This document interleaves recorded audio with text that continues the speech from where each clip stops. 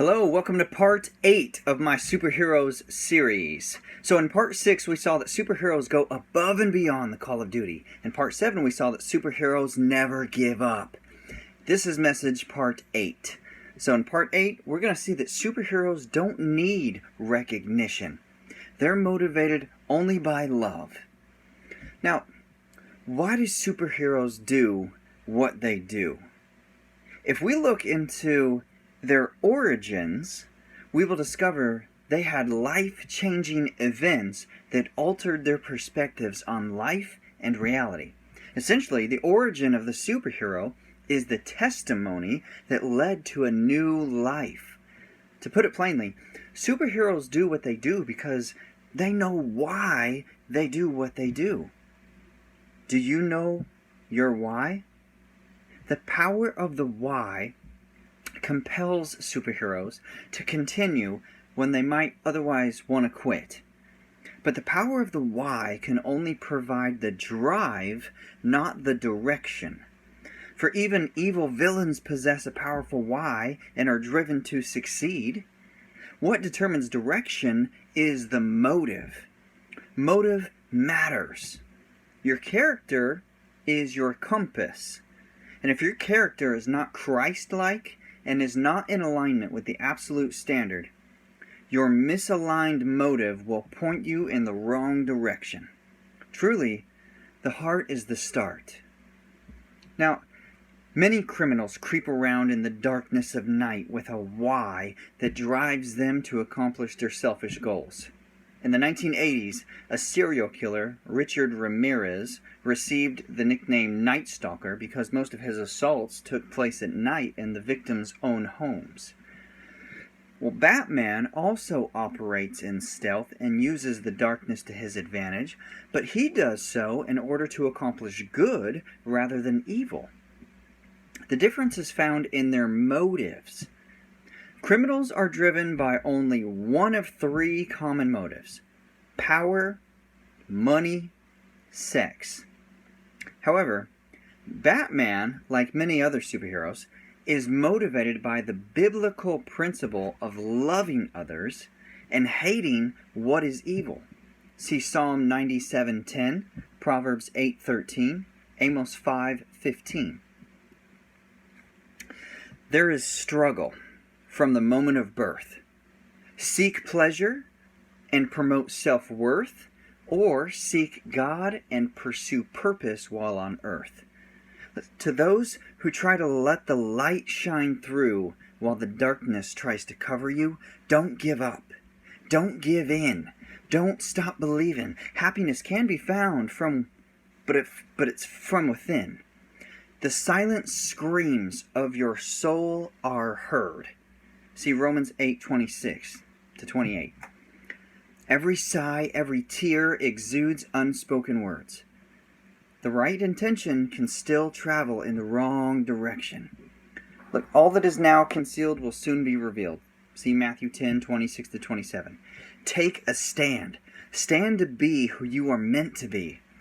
It's not sex or drugs that makes the rock roll. It's not cigarettes or alcohol. It's not about being famous or having money, being on a magazine or TV, the fancy clothes you wear, the style of your hair, the huge estate you bought, or the expensive car you've got. It's not about the audience applause. It's simply about doing it for the cause. We do what we do because it's right. Our reward is in knowing we've done what's right. Well, and now you know. James 4:17 says, "So whoever knows the right thing to do and fails to do it, for him it is a sin." Listen to Matthew 6:1-4. It says, "Beware of practicing your righteousness before other people in order to be seen by them, for then you will have no reward from your Father who is in heaven. Thus, when you give to the needy, sound no trumpet before you, as the hypocrites do in the synagogues and the streets, that they may be praised by others. Truly, I say to you, they have received their reward. But when you give to the needy, do not let your left hand know what your right hand is doing, so that your giving may be in secret. and your Father who sees in secret will reward you. Be a secret agent. Superheroes typically have secret identities. Though superheroes usually have secret identities in order to protect themselves or their loved ones, we, Christians, can have secret identities for the sole purpose of loving others without expecting anything in return. It is written in Acts 20:35, "In all things I have shown you that by working hard in this way we must help the weak, and remember the words of Lord Jesus, how he himself said, 'It is more blessed to give than to receive.'" Listen, give, pray, and fast in secret. Why? Why? It's not about what we do, but why we do what we do. The motive matters. I listed a whole bunch of scriptures for that one. See below in the link. Listen, consider this your job interview for the position of superhero. Would you still be interested? Would you still want to be a superhero if you never received recognition? If you never received any reward? If you never received anything in return? If you suffered criticism, pain of persecution, or even death?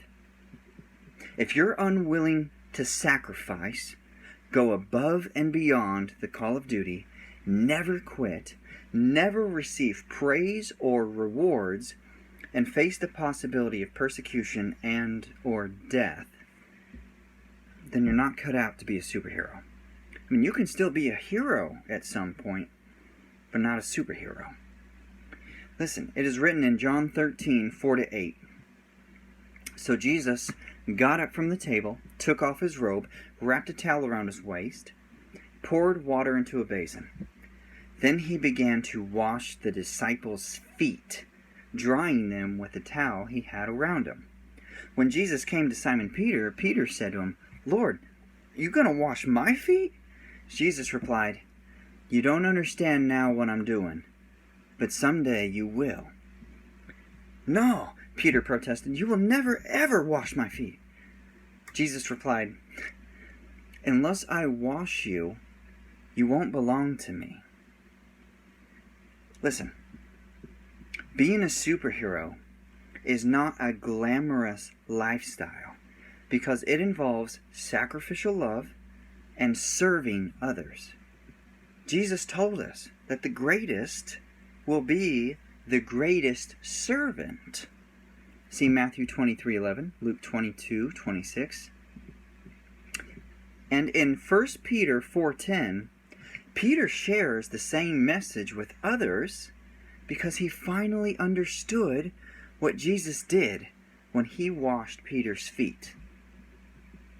I challenge you, ask yourself if you're truly willing to do what it takes to be a superhero.